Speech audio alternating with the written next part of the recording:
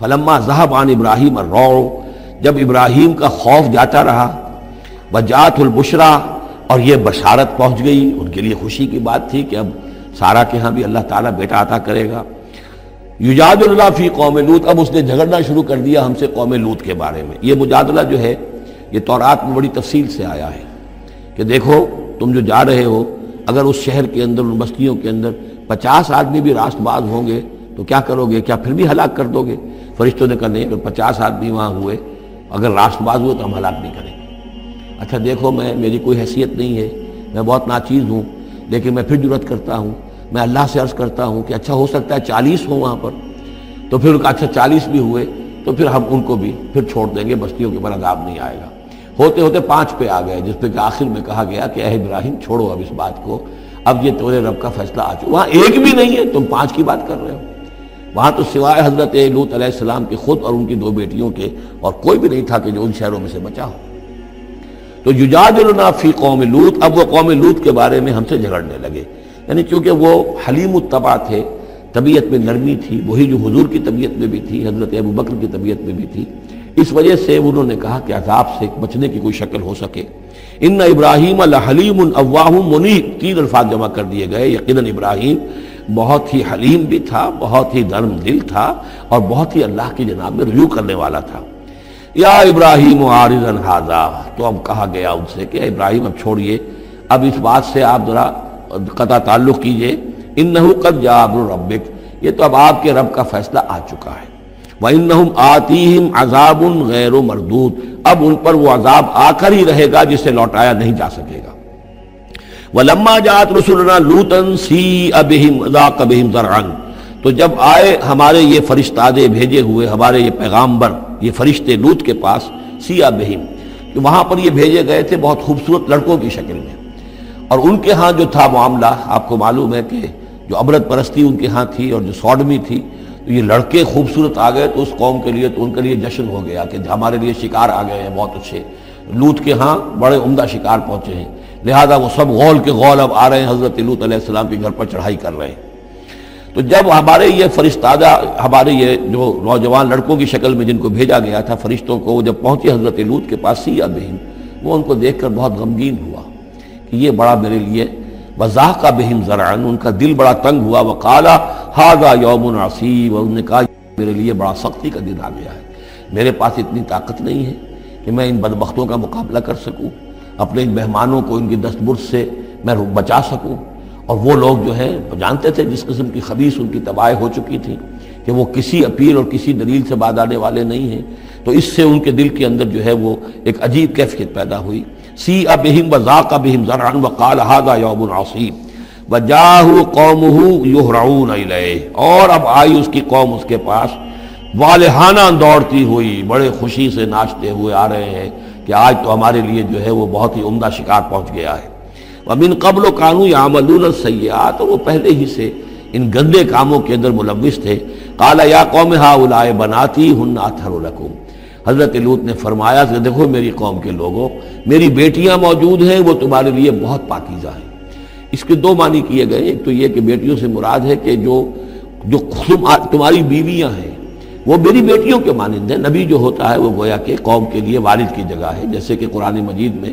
وازواجہ امہاتہم، حضور کی تمام ازواج جو ہیں وہ پوری امت کے لیے ماؤں کے درجے میں ہیں، تو گویا کہ میری بیٹیاں ہیں، اللہ نے تمہارے لیے ان کو پیدا کیا ہے، تمہارے لیے جوڑا بنایا ہے، وہ پاک جو ہے تمہارے لیے راستہ، اپنی شہوت کی کے تقاضے کو پورا کرنے کے لیے صحیح راستہ اس کو چھوڑ کر، اور یہ بھی ہو سکتا ہے کہ انہوں نے اپنی بیٹیوں ہی کو پیش کیا ہو کہ تمہیں اگر کرنا ہی ہے تو نکاح کر لو، میں اپنی بیٹیاں تمہیں نکاح میں دینے کو تیار ہوں، لیکن میرے جو یہ مہمان ہیں ان کے بارے میں مجھے رسوا نہ کرو۔ قال یا قوم هؤلاء بناتی هن اطہر لكم فاتقوا اللہ ولا تخزون فی ضیفی، تو اللہ کا خوف کرو اور دیکھو مجھے میرے مہمانوں کے معاملے میں رسوا مت کرو۔ الیس منکم رجل رشید، کیا تم میں کوئی ایک آدمی بھی شریف اور کوئی ایک آدمی بھی نیک چلن نہیں رہا؟ یعنی کوئی تو تم میں سے ایسا نکل آتا جو میرا ساتھ دیتا، جو میری ہاں میں ہاں ملاتا، تم میں تو معلوم ہوتا کہ کوئی ایک شخص بھی شریف النفس باقی نہیں رہا۔ قالوا لقد علمت ما لنا فی بناتک من حق، انہوں نے کہا کہ اے لوط تمہیں خوب معلوم ہے تمہاری بیٹیوں پر ہمارا کوئی حق نہیں ہے۔ اس سے معلوم ہوتا ہے وہ دوسری ہی بات ہی زیادہ راجح ہے وَإِنَّكَ لَتَعْلَمُ مَا نُرِيدُ، اور تم خوب جانتے ہو جو ہم چاہتے ہیں، یعنی باتیں مت بناؤ، ہماری توجہ جو ہے ادھر ادھر لے جانے کی کوشش نہ کرو، تم جانتے ہو ہم جو چاہتے ہیں، جس کے لیے ہم حاضر ہوئے ہیں، جس کے لیے ہم پہنچے ہیں۔ قَالَ لَوْ أَنَّ لِي بِكُمْ قُوَّةً، انہوں نے کہا کاش کہ میرے پاس تمہارے مقابلے کے لیے کوئی طاقت ہوتی، او آوی الی رکن شدید، یا وہ کوئی قلعہ ایسا ہوتا جس میں مضبوط میں جا کر پناہ لے لیتا اور تم سے اپنے آپ کو اور اپنے مہمانوں کو بچا لیتا۔ یہاں ہے اصل میں حضور صلی اللہ علیہ وسلم کی ایک حدیث میں الفاظ آئے ہیں، یرحم اللہ لوطا لقد کان یاوی الی رکن شدید، اللہ تعالیٰ رحم فرمائے لوط پر، وہ ایک مضبوط قلعے میں تھے، اللہ تعالیٰ کی حفاظت تو انہیں حاصل تھی، لیکن یہ کہ اس وقت جو صورت بن گئی تھی ان کے لیے، جیسے جب جادوگروں نے جو اپنے انچر پھینکے تھے اور وہ بھی بن گئے تھے فرعون کے دربار میں، وہ بھی شکل اختیار کر لی تھی انہوں نے سانپوں کی، تو حضرت موسیٰ پر بھی وقتی طور پر خوف طاری ہو گیا تھا۔ تو بدبنائے طب بشری خوف کا ہو جانا یہ کوئی نبوت کی عصمت کے منافی نہیں ہے۔ تو یہاں پر بھی اللہ تعالیٰ کی حفاظت تھی، اور جیسا کہ آیا فرشتوں نے پھر ذرا سا ایک ہاتھ ہلایا اور سب کے سب اندھے ہو گئے، وہ اس طرح کا معاملہ تفاصیل تورات میں ہے۔ قال لو ان لی بکم، لیکن جو حسرت کی کیفیت تھی اور جس طرح ضیق میں ان کی جان اس وقت آئی تھی، اس کا تصور کیجئے، کاش کہ میرے پاس تمہارے مقابلے کے لیے طاقت ہوتی، او آوی الی رکن شدید، یا کوئی ایسا ہوتا مضبوط مستحکم قلعہ جس میں جا کر میں پناہ لے لیتا۔ قالوا یا لوط انا رسول ربک، ان فرشتوں نے کہا اے لوط گھبرائیں نہیں، ہم آپ کے رب کے پیغامبر ہیں، بھیجے ہوئے ہیں، لن یصلوا الیک، یہ آپ تک پہنچ ہی نہیں پائیں گے، آپ کو کوئی گردن نہیں پہنچا سکیں گے، آپ بالکل اطمینان رکھیں۔ فَأَسْرِ بِأَهْلِكَ بِقِطْعٍ مِنَ اللَّيْلِ، اور بھی رات کا ایک حصہ جو باقی ہے اس میں آپ اپنے اہل کو لے کر، اپنے گھر والوں کو لے کر نکل جائیے اس بستی سے۔ وَلَا يَلْتَفِتْ مِنْكُمْ أَحَدٌ، اور کوئی بھی آپ میں سے پیچھے نہ دیکھے، پیچھے توجہ نہ کرے، پیچھے کی طرف کوئی خیال نہ آئے کہ ہمارے دوست تھے اور ہمارے یہ تھے اور ہمارے عزیز تھے، إِلَّا امْرَأَتَكَ، اور آپ کی بیوی بھی ساتھ نہیں جائے گی، وہ بھی یہیں رہے گی۔ یہ دو بیویاں ہیں جلیل القدر پیغمبروں کی، جن کا ذکر پھر آئے گا بڑی وضاحت کے ساتھ سورہ تحریم میں، ایک حضرت نوح علیہ السلام کی بیوی اور ایک حضرت لوط کی بیوی، کہ یہ اگرچہ کہ کانتا تحت عبدین من عبادنا صالحین فخانتاہما فلم یغنیا عنہما من اللہ شیئا، اگرچہ وہ ہمارے دو بہت ہی نیک اور بہت ہی برگزیدہ بندوں کے تحت تھیں، ان کے گھروں میں آباد تھیں، لیکن یہ کہ انہوں نے خیانت کی، اور اس کے نتیجے میں یہ ہے کہ پھر وہ اللہ تعالیٰ کے عذاب سے ان کے شوہر انہیں بچا نہیں سکے،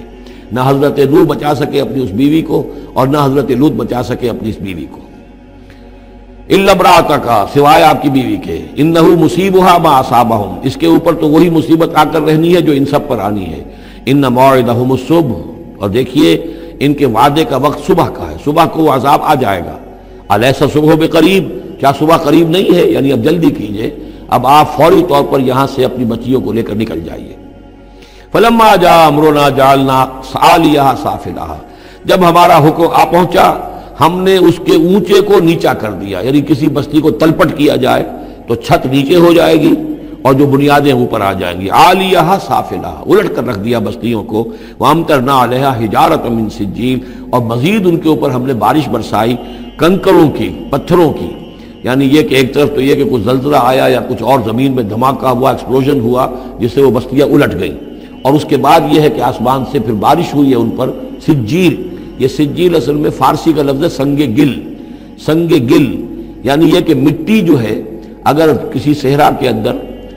تھوڑی سی پھوار پڑے اور زیادہ تیز بارش نہ ہو تو وہ ہر قطرے کے ساتھ تھوڑی سی مٹی مل کر وہ ایک چھوٹا سا دانہ بنتا ہے، اور وہ پھر دھوپ جب پڑتی ہے تو وہ پھر پک جاتا ہے، جیسے کہ کہیں آپ اینٹیں پکاتے ہیں اپنے بھٹیوں کے اندر، یہ پھر کہلاتی ہے سنگ گل، یعنی یہ پتھر تو ہے لیکن یہ پتھر نہیں ہے، یہ مٹی کے بنے ہوئے پتھر ہیں، کنکر ہیں۔ ان کنکروں کی بارش ہوئی جس کے اندر کہ اس کو بالکل دفن کر دیا گیا ان دونوں شہروں کو۔ منضود، تہ برتہ، وہ جو بارش ہو رہی تھی کنکروں کی تہ برتہ، مسومۃ عند ربک، اور وہ نشان زد تھے تیرے رب کی طرف سے، یعنی ہر ایک کے لیے معلوم تھا کہ کس کو کون سا پتھر لگنا ہے اور کون سا جو شخص ہے اس کی ہلاکت کس کے ذریعے سے ہونی ہے۔ وما ہی من الظالمین ببعید، اور یہ ان ظالموں سے کچھ زیادہ دور نہیں ہے، یعنی جو مشرکین مکہ ہیں، جو قریش ہیں اور عرب کے جو مشرک ہیں، ان سے یہ بستیاں کو دور تو نہیں ہیں، اس لیے کہ یہ جب جاتے تھے فلسطین کی طرف اپنے قافلے لے کر تو یہاں سے گزرتے تھے۔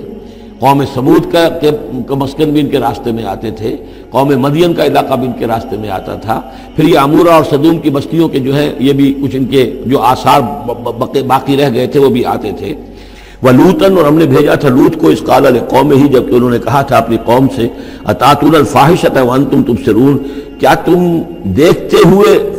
فحش کا حرکت کا ارتکاب کرتے ہو؟ یعنی یہ بھی معلوم ہوتا ہے کہ ان کے ہاں یہ مسئلہ اس درجے گندگی کو پہنچ گیا تھا کہ علی الاعلان مجلس کے اندر یہ حرکتیں کرتے تھے۔ اَإِنَّكُمْ لَتَأْتُونَ الرِّجَالَ شَهْوَةً فِي دُونِ النِّسَاءِ، کیا تم مردوں کی طرف کا رخ کرتے ہو شہوت کے ساتھ عورتوں کو چھوڑ کر؟ بل انتم قوم تجہلون، لیکن تم تو واقعۃ یہ کہ بہت ہی جہالت میں مبتلا ہو چکے ہو۔ فما کان جواب قومہ، تو نہیں تھا اس کی قوم کا جواب، الا ان قالوا، مگر یہ کہ انہوں نے کہا، اخرجوا آل لوط من قریتکم، نکال باہر کرو لوط والوں کو، لوط کے گھر والوں کو اپنے شہر سے، انہم اناس یتطہرون، یہ تو بڑے پاک باز لوگ ہیں، بڑے طہارت اور بڑی پاکیزگی رکھنے والے لوگ ہیں۔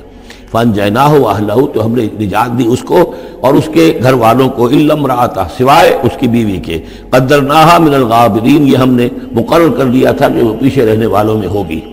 وامطرنا علیہم مطرا، اور ہم نے ان پر ایک بارش برسائی، فساء مطر المنذرین، تو بہت ہی بری بارش تھی وہ کہ جو ان لوگوں پر برسائی گئی کہ جن کو خبردار کر دیا گیا تھا۔